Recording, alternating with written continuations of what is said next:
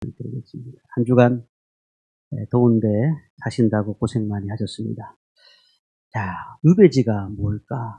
우리가 유배지라고 하면은 옛날 우리나라 선조들이 죄를 지은 죄인들을 귀양 보내는 곳이 유배지입니다.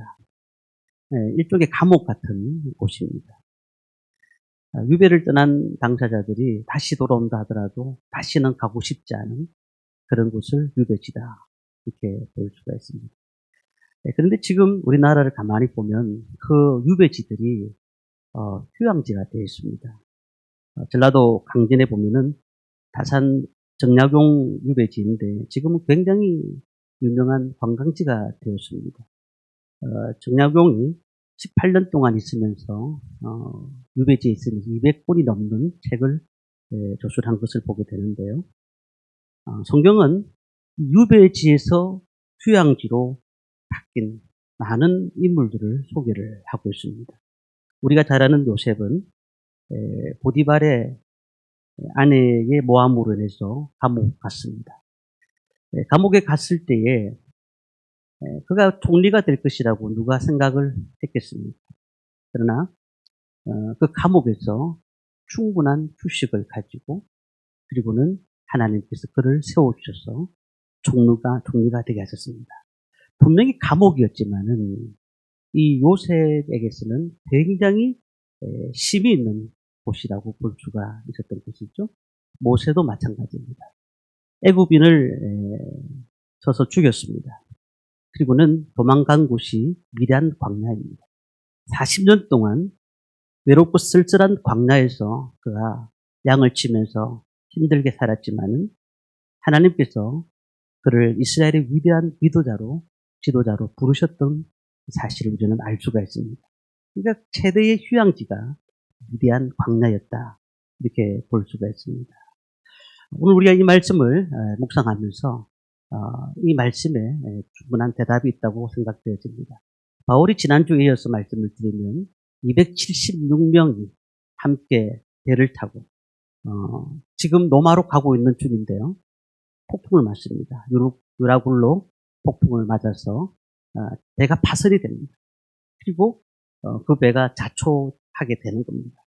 자, 그런데 오늘 1절 말씀을 보면은 우리가 구조된 후에 앉아 그 섬은 멜리데라 하더라라고 말씀을 하고 있으니까 이 멜리데라는 섬에 왔다는 거죠. 지금 우리나라의 지도를 보면 말타라는 섬인데요. 조그만 섬인데 이곳을 얘기하는 거죠. 길이가 한 28km, 폭이 11km 정도 되는 아주 자그마한 섬을 얘기하고 있습니다. 자, 바울이 어떤 소원을 가졌을까요? 지금까지 사도행전부터 그가 주님을 만났을 때부터 평생 동안 소원은 복음을 전하는 것이었습니다. 자기의 인생을 내어놓고 복음을 전하는 것. 자, 마지막으로 하는 일은 로마에서 복음을 전하는 것이죠. 자, 그런데 이 죄인의 신분으로 배를 탄 것입니다. 그의 모습 보십시오. 쇠고랑을 차고 있습니다. 그리고 그의 모든 삶은 보장이 되지 않았습니다. 로마에 언제 도착할 것인가, 그러나 기대를 하고 있습니다. 내가 죄인의 신분으로 가지만 그러나 이런 방법을 통해서라도 로마에 갈 수 있다는 것에 희망을 가졌던 것이죠. 자, 그런데 이 로마에 가려고 했는데 갑자기 유라굴로 폭풍을 만나가지고 태풍을 만나가지고 배가 자초하게 됐단 말이에요. 우리 바울이 생각할 때 어떤 생각을 가질 수 있을까요? 야, 하나님, 내가 로마로 가야 됩니다. 근데 배가 왜 갑자기 자초된 것입니까? 그 마음속에 마음이 흔들렸을 것입니다.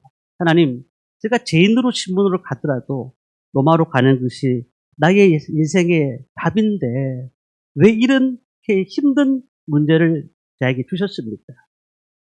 꿈이 되어버린 거죠. 어떤 상황이 벌어질지 모르는 상태가 된 겁니다. 그가 어떻게 기도했겠습니까? 하나님, 제가 이곳에서 무엇을 할 수 있겠습니까? 저를 왜 여기에 가두어 두었습니까?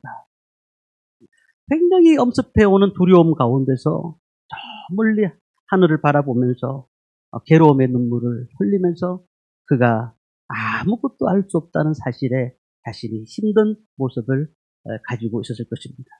자, 그런데 본문은 무엇을 얘기를 하고 있느냐 하면은 그 유배지 같은 섬에서 멜리데 섬 속에서 놀라운 일들이 일어났다는 사실이에요.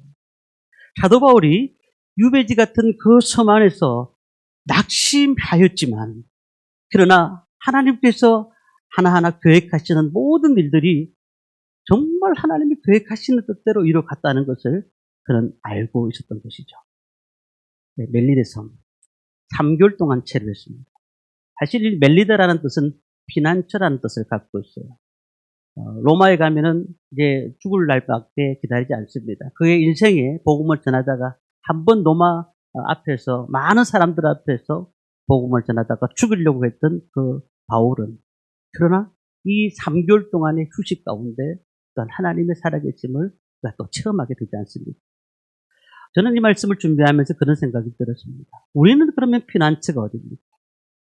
저는 이 말씀을 생각하며 주일이라고 생각합니다.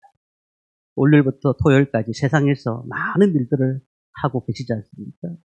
자, 그렇다고 하면은 주일은 세상 사람들은 일요일이라고 하면서 쉬는 날이라고 합니다. 육적으로 쉽니다. 아침부터 잠을 자고 저녁까지 막 계속 잠을 자는 분도 있어요. 근데 문제는요, 육적으로 쉰다고 해서 내 삶이 편해지느냐? 그렇지가 않아요. 영적으로 회복을 받지 않으면, 재충전을 하지 않으면 우리가 다시 월요일부터 금요일, 토요일까지 세상에서 영적인 승리의 생활을 할 수가 없는 겁니다. 세상에서 시달려가지고 영적으로 다운되어 있는 상태에서 하나님 말씀을 듣고 예배를 드리고 주님 앞에 나갈 때에 그때 하나님께서 주시는 은혜를 경험하게 되는 건 아니겠습니까? 그러니까 우리가 이 주일 예배가 얼마나 귀한지 모릅니다. 하나님이 주시는 힘을 받는 시간입니다. 그러니까 우리가 하나님을 만나는 시간들이 어딘가를 생각해 보셔야 돼요. 일주일 동안 계속해서 세상에 있다가 주일 한번 와서 예배를 드리고 하나님 앞에 나가는 것. 그래도 얼마나 귀한 시간입니다. 자, 마찬가지입니다. 바울이 이 유배지 같은 곳에 3개월 동안 머물러 있으면서 미래를 사역을 설계하는 휴양지로 바꾸어 버린 것입니다. 우리가 육체적으로는 감금당하는 일은 없을 것 같습니다. 그런데 가만히 생각해요. 환경 가운데서 여러 가지 어려운 일들이 많습니다. 아니, 앞을 봐도 뒤를 봐도 옆을 봐도 희망이 없는 거예요. 그냥 마음이 무너져 내리는 거예요. 낙심하는 겁니다. 좌절합니다. 그러면은 그것이 우리가 유배지 아니겠습니까? 그런 삶을 살고 있다면 하루하루 사는 것이 힘들게 되는 겁니다. 그런데 그런 가운데서 하나님께서 어려운 폭풍을 만나게 하셨고 배를 자초하게 만드셨고 그러면서 멜리데 섬에 갈 수 있도록 하나님께서 은혜를 주셨다는 것. 우리는 이 사실을 생각하면서 우리도 그러한 은혜 가운데서 이 말씀을 우리가 묵상했으면 좋겠습니다. 첫 번째로 우리가 재충전하는 곳으로 바꾸기 위해서는 유배지를 휴양지로 바꾸는 방법은 사람의 소리를 극복할 수 있어야 됩니다. 사람의 소리를 극복해야 됩니다. 실패한 사람들, 무엇이 힘들었냐고 상담사들이 물어봤어요. 그랬더니 부도 맞은 것보다 제일 힘들었던 거는 자신에게 보내는 소리가 너무너무 힘들었다고 얘기를 합니다. 주위 사람들이 보내는 시선, 가족들이 보내는 시선, 이런 것들이 너무너무 힘들었다고 얘기를 합니다. 그래서 밖을 나오고 싶지 않아요. 우리가 그렇습니다. 사람들의 소리가 굉장히 힘든 거예요. 어떤 사람들이 무슨 얘기를 하는지 알지는 못하지만 그들이 말을 안 한다 하더라도 눈빛을 보면서 나에게 동정하는 눈빛을 비치구나 라는 생각부터 시작되는 거예요. 오늘 그런 가운데서 2절 말씀을 한번 보겠습니다. 2절 말씀을 같이 읽습니다.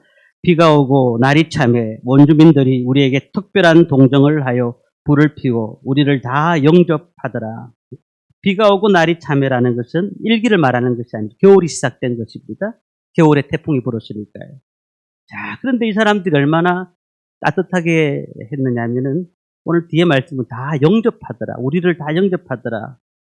그러니 뭐 겨울이니까 옷이 다 젖었을 거 아니겠습니까? 그러면서 따뜻한 뭔가를 주고 음료도 주고 먹을 것도 주면서 영접했다라는 겁니다. 자, 그런데 3절 말씀을 우리 한번 읽어보겠습니다. 바울이 나무 한 묶음을 거두어 불에 넣으니 뜨거움으로 말미암아 독사가 나와 그 손을 물고 있는지라. 불길이 이제 불을 피워놨어요. 근데 불을 피워놓으니까 불이 뜨겁잖아요. 그래서 옷을 마르고 하는데 이 불길이 약간 잦아드니까 사도 바울이 나무단을 하나 집어다가 그 모닥불 위에 더 타게 하기 위해서 올렸습니다. 그런데 웬일입니까? 그걸 탁 올리니까 뜨거운 열기에 그 나무단 속에 숨어있던 독사 한 마리가 나와서 사도 바울의 손을 물었다는 거죠. 이 독사라는 것은 살모사 이상으로 굉장히 맹독을 가진 독을 가진 뱀이라는 겁니다. 금방 독이 퍼져서 보통 사람들은 오래 살지를 못하는 거죠. 자, 그런데 4절에 그들이 어떻게 말했는지를 우리 함께 읽도록 하겠습니다. 원주민들이 이 짐승이 그 손에 매달려 있음을 보고 서로 말하되 진실로 이 사람은 살인한 자로다. 바다에서는 구조를 받았으나 공의가 그를 살지 못하게 함이로다 하더니 참 뭐라고 말을 했습니까? 바다에서는 이 사람이 구조받았는지 모르지만은 이 사람은 분명히 죄를 지었기 때문에 이렇게 독사에 물린 것이다. 당신이 이렇게 살았으니까 이 죄에 대한 대가를 받는 것이다라고 이 사람들이 얘기를 하고 있다는 겁니다. 우리가 참 실패하거나 사고를 당하거나 아픔을 당했을 때에 우리 말을 조심해야 됩니다. 왜냐하면은 정말 실패한 사람들에게 힘을 주고 용기를 주고 그들 삶을 더 하나님께로 가까이 가게 만들어야 되는데 이 사람들이 어때요? 독사에 물리니까 아이고 저 사람이 분명히 죄가 있었구나. 그래 독사에 물린 것이다.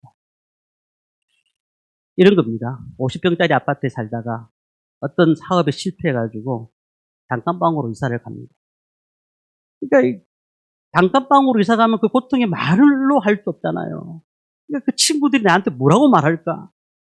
근데 굳이 말을 하지 않아도 자꾸 보내는 눈초리가 좋지가 않은 거예요.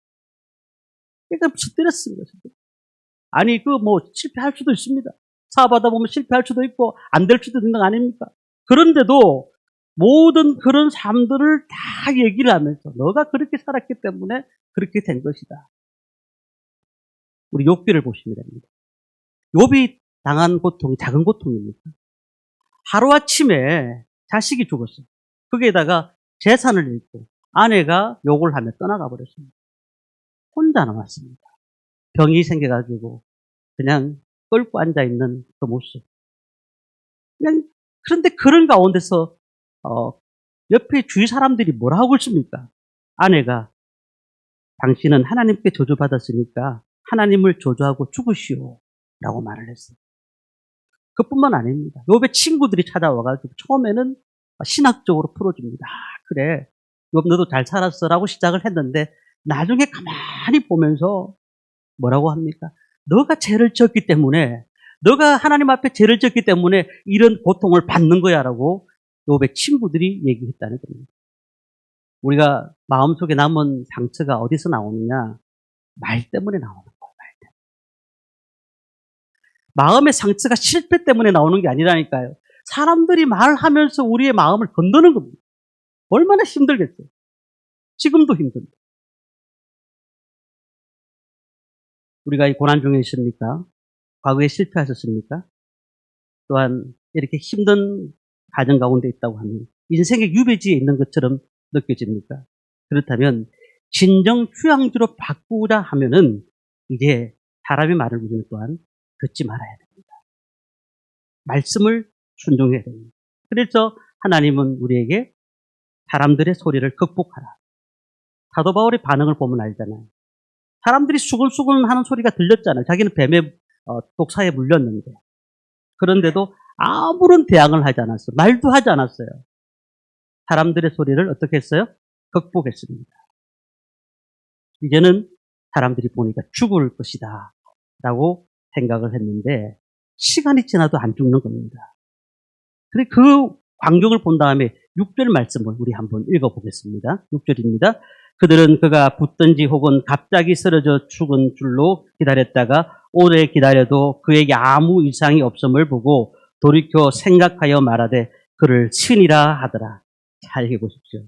처음에는 당신이 죄를 졌기 때문에 하나님 앞에 정죄를 당하는 것이라고 얘기했는데 이제 독사에 물렸는데도 살고 있으니까 당신 신이야. 자, 이게 무슨 얘기일까요? 조금만 못하면 당신이 하나님 앞에 잘못했기 때문에 그런 것이고 조금만 잘하면 당신은 신이야. 우리 연예인들 보시면 압니다. 조금만 드라마나 영화에 뜨게 되면은 야, 신이라는 칭호를 막 붙여주지 않습니까? 근데 사생활에 조금만 문제가 생기면은 생매장을 해버립니다. 생매장. 어떻게 살 수 있겠어요? 우리는 사람들의 소리를 들어서는 안 됩니다. 우리는 사람들의 소리에 민감할 수밖에 없지만 그러나 우리는 사람들 소리는 들어서는 안 됩니다. 수많은 사람들이 우리를 자꾸 정죄합니다. 정죄하게 되고 그 소리를 극복하지 못하면 어떻게 될까요? 우리는 유배지에 그대로 남아있는 겁니다. 유배지에. 그러니 우리가 조금만 잘못할 때에 사람들은 벌 받았다. 조금만 잘하게 되면은 야, 하나님이 복을 주시는갑다. 그렇게 정죄하거나 세울 필요가 없는 것입니다. 오늘 우리는 사도 바울의 모습을 보십시오. 사도 바울이 신이라고 할 때 사도 바울이 어떻게 합니까? 아무 말도 하지 않습니다. 우리는 말에 치우쳐서는 안 되는 겁니다. 고난 중에 이 고난의 실패를 극복할 수 있는 그리고 재충전의 장소를 만들 수 있는 길은요. 사람의 소리를 극복해야 돼요. 믿음의 사람들은 사람의 소리를 극복하셔야 됩니다. 제가 지금까지 목회자로 자녀로 태어났습니다.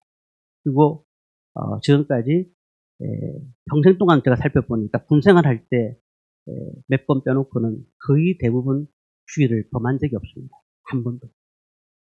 근데 목회자 자녀는 아버지도 계시지만은 상처가 많습니다. 제가 어떤 상처가 있었냐면은 이제 저희 아버님이 부산에서 목회를 할 때입니다. 개척을 했는데 많은 분들이 오셨어요. 지하실 교회였습니다. 근데 그분 중에 오신 분 중에 한 분 집사님 가정이 문방구를 하셨어요. 문구사를 하셨는데 저한테 엄청 잘해주셨어요. 그때 제가 18살 때니까요. 되게 잘해주셨습니다. 잘해주시고 막 저한테 칭찬을 하고 막 근데 이분이 이제 교회에 문제가 생겨서 교회를 나가게 된 겁니다.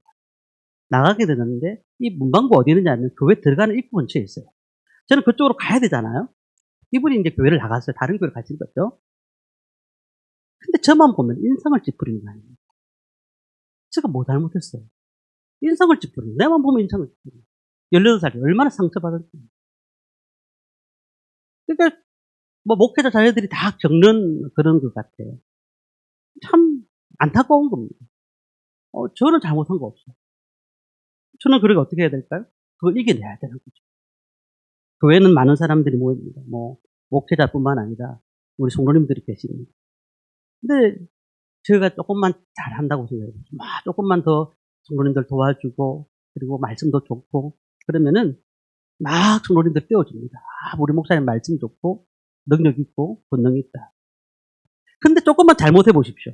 그러면은 면전에서 말은 안 하지만 옆에 가가지고 종알종알거립니다. 눈빛을 보면 알 수가 있어요. 만약에 그 눈빛만 쳐다보면 저는 목회 못합니다. 안 그렇겠습니까? 우리가 이 사람의 소리를 극복하지 못하면 안 되는 거예요. 사람의 소리. 하나님의 음성만 들어야 되는 거예요. 아니면은 실망합니다. 좌절할 수밖에 없는 거예요. 우리가 칭찬 앞에 교만하지 말아야 됩니다.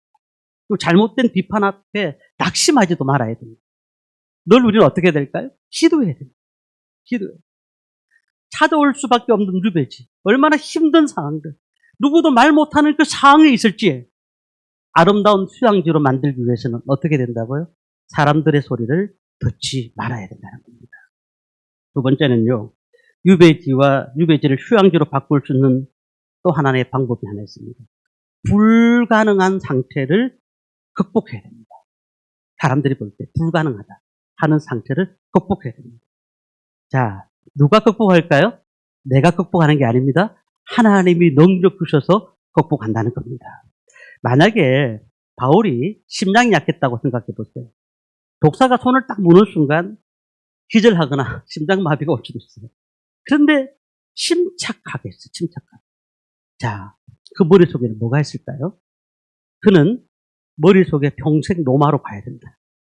바울의 머릿속에는 노맛밖에 생각 안 나요. 하나님이 나에게 사명을 주셨기 때문에 그 일이 마칠 때야 내가 죽음을 가질 수가 있는데 나는 죽을 수 있는 사람이 아니다라는 생각을 가진 거죠. 그 하나님을 믿었던 것입니다. 자, 그 뱀이 물었을 때 두려워하지 않았습니다. 그 상황을 떨쳐버리는데 7절, 8절 말씀을 우리 함께 읽도록 하겠습니다. 이 섬에서 가장 높은 사람 보블리오라 하는 네가 그 근처에 토지가 있는지라 그가 우리를 영접하여 사흘이나 친절히 머물게 하더니 다시 읽습니다. 8절 보블리오의 부친이 10명과 이질에 걸려 누워있거늘 바울이 들어가서 기도하고 그에게 안수하여 낫게 하매 여기 주인, 섬의 주인격인 추장이 있었는데 이 사람을 보블리오라고 하는 사람이잖아요. 근데 이 사람이 있었는데 이 사람이 중요한 것이 아니고 이 사람이 많은 것들을 도와줬습니다. 문제는 그의 부친이 열병과 이질에 걸렸다. 그 멜리데 섬은 섬이니까요. 독사가 많이 있을 것이고 열병이 많을 것입니다. 자, 이런 병은 보통 3, 4개월 지나면 죽게 되어 있습니다. 살 수 있는 방법이 없습니다. 자, 그런데 바울이 그에 가서 안수를 했다고 했습니다. 8절에 보면 그에게 안수하여 낫게 하매 9절에 또 볼까요? 이러므로 섬 가운데 다른 병든 사람들로 와서 고침을 받고 자, 여기서 보면 8절에 낫게 하매라는 것 9절에 고침을 받고는 조금 달라요. 단어 자체가요. 8절에 낫게 하매라는 것은 하나님의 능력으로 낫게 한 것이고요. 9절에 고침을 받고라는 것은 같이 따라갔던 누가라는 사람이 의사잖아요. 의사가 약을 처방하면서 낫게 한 것입니다. 고쳤던 것입니다. 자, 문제는요. 여기서 바울이 고쳤다, 낫게 했다는 것은 육적인 병만 고친 것이 아니에요. 이게 드라포라는 그 단어가 있는데 드라포라는 그 단어가 뭐냐면 육체와 영혼이 함께 고침을 받았다는 거예요. 예수님의 쓰시던 사역 가운데 치유의 사역이 병만 고친 것이 아니고 영혼까지 고쳤다는 그 의미에서 이 단어가 쓰여졌어요. 자, 그리고 난 다음에 10절 말씀을 보면은 우리 10절 말씀을 이렇게 마지막으로 읽습니다. 후한 예로 우리를 대접하고 떠날 때에 우리 설 것을 배에 실었더라. 많은 사람들이 고침을 받고 이제 병든 자들이 다 몰려와서 그곳에서 고침을 받았다라고 얘기하는 것입니다. 오늘 우리는요. 이 사도 바울이 이곳에 온 이유를 분명히 그는 알게 된 것이죠. 하나님께서 이곳에 배가 자천하고 힘들고 답답한 유배지 같이 보였지만 하나님이 그 일들을 통해서 일하고 계셨다는 사실을 분명히 알게 된 겁니다. 자신이 또한 무슨 일을 해야 될지를 분명히 알았다는 사실이에요. 어느 교회에 출석하시는 집사님이 간증하시는 것을 제가 책을 통해서 보았습니다. 그분이 이제 군인입니다. 최전방에 근무하시는 대대장입니다. 중령이죠. 근데 이제 남한과 북한 사이에 비무장지대가 있는데요. 이곳에 이제 불이 나버린 겁니다. 불이. 그런데 불을 끌려고 보니까 지뢰가 매실된 것이죠. 지뢰가. 갈 수가 없는. 군인들이 가서 끄게 되면 혹시라도 멀리서 끄는 건 가능한데 들어가서 못 끄는 거예요. 혹시 밟으면 큰일 나니까. 야, 근데 갑자기 생각해 보니까 큰일 난 겁니다. 이분은 집사님이긴 하지만 믿음이 별로 없어요. 그래서 야, 어떡하지 하는데 갑자기 생각나는 게 하나님한테 기도해보자. 뭐 엘리한가 뭐 엘린가 뭐 하는 사람한테 뭐 하나님 뭐 기도했더니 나았다는 얘기가 내가 들었는데 그러면서 머리를 싹 치자가는 겁니다. 그래서 기도했을 때 비가 내렸다는 얘기가 내가 어떤 말씀을 통해 들은 것 같은데 한번 기도해보자. 그리고는 거기에 있는 많은 군인들 가운데 예수 믿는 사람 다 나오라고. 4-5명이 나온 거예요. 같이 무릎 꿇자. 그리고는 그 자리에서 무릎 꿇고 기도를 한 겁니다. 기도를 했는데 놀라운 일이 일어났어요. 갑자기 그날 일기예보로는 비가 온다는 예보가 없었는데 비가 내린 겁니다. 비가 내려서 그 불이 꺼져버린 거예요. 대장님이 너무 기분이 좋아가지고 자기 섬기는 목사님한테 전화를 해가지고 목사님 내가 엘리야의 하나님을 경험했다고. 얼마나 기뻐하는지. 우리가 지금 이 땅에 많은 일들이 일어나고 있지만 하나님은 살아계시고 우리 가운데 늘 역사하시거든요. 그러니까 엘리야에게 비를 공급하신 하나님이 동일하신 하나님 지금도 우리 가운데 역사하신다는 사실이죠.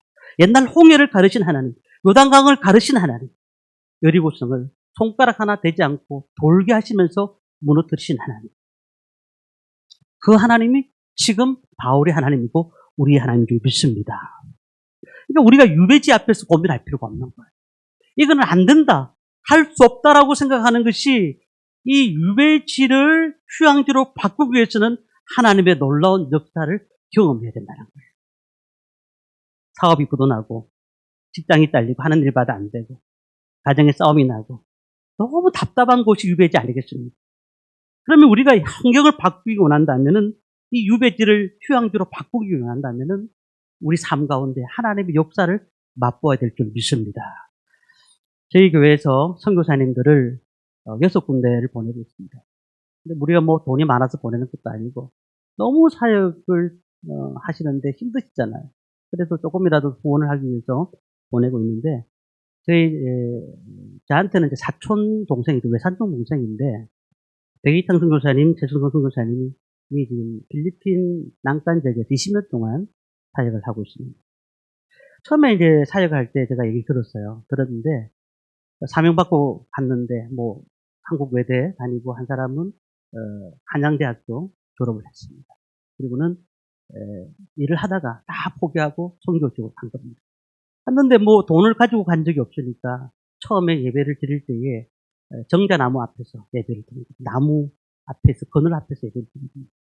사람들한테 내가 이렇게 예배를 드리니까 좀 한국교회에서 도와주십시오라고 편지를 보냈는데 아무도 보내지 않아요.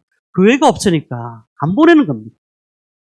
그런 가운데서 눈물로 14년 동안 사역을 하는 가운데 하나님께서 은혜를 주셔가지고 그 교회에 대구의 어느 권사님이 은퇴를 하시고 난 다음에 은퇴비를 내가 이것을 좋은 일에 쓰고 싶다고 해서 보내주는데 그것이 이제 시점이 돼가지고 그 교회를 처음에 1교회를 시작했어요. 1교회를 1층으로 예쁘게 지었어요. 자기 돈 보태가지고 짓고 1교회 때 우리가 또 갔다 왔어요. 그리고는 또 미국에 있는 어느 권사님이 연락이 왔어요. 내가 기도하는 가운데서 이 교회를 세우고 싶다고 해서 매덕을 보내가지고 이 교회를 세웠습니다. 한번 교회 영상을 한번 볼까요? 좀 멋있게 세웠어요. 저걸 보여주더라고요. 보내왔더라고요. 저도 저기 1층에 우리가 필리핀 난간에 가서 우리 집사님하고 우리 청년들이 저기서 고생을 엄청 했습니다. 저거 짓는다고 다 뜯어내고 지금은 예쁘게 보이잖아요. 안에는 엉망이었습니다. 저 교회가 지어진 겁니다. 그분이 백이창 선교사님이 저한테 그런 간증을 해요. 목사님, 저 하나 진짜 간증 하나 할까요? 비행기를 타려고 갔는데 시간을 맞춰서 비행기를 타려고 갔는데 비행기를 못 탔다는 거예요.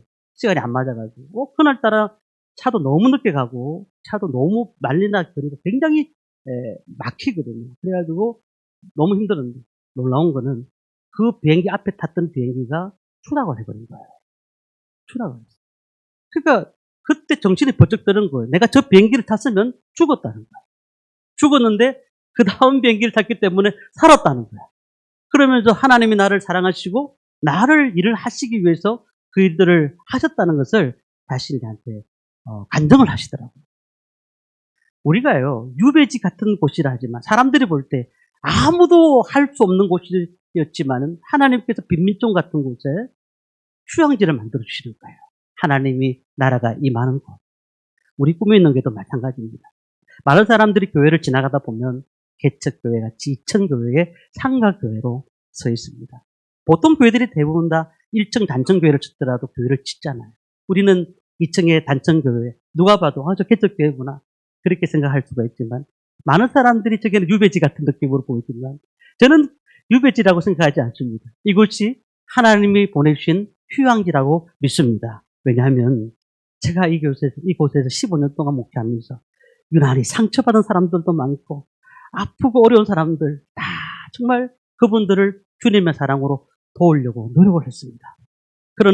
그러니 하나님께서 은혜를 주시더라고요. 하나님께서 그 교회를 통해서 일할 수 있도록 우리에게 큰 힘을 주신 겁니다. 말씀을 마칩니다. 우리가 참으로 힘든 일들이 많습니다. 답답한 인생이 보이지 않습니다. 하지만 이것이 유배지같이 느껴진다고 할더라도 사방이 막혀서 아무것도 보이지 않는 인생이라 할지라도 이 유배지가 이제 사람의 소리를 듣지 말고 하나님의 소리를 듣고 하나님의 능력으로 이 유배지가 놀랍게 변화되어서 휴양지가 된다는 사실을 기억하시기를 바랍니다. 낙심하지 말고 사람들의 소리를 넘어서 하나님의 능력으로 위기의 상황을 극복하시는 저와 성도님들 되시기를 주님의 이름으로 축원합니다.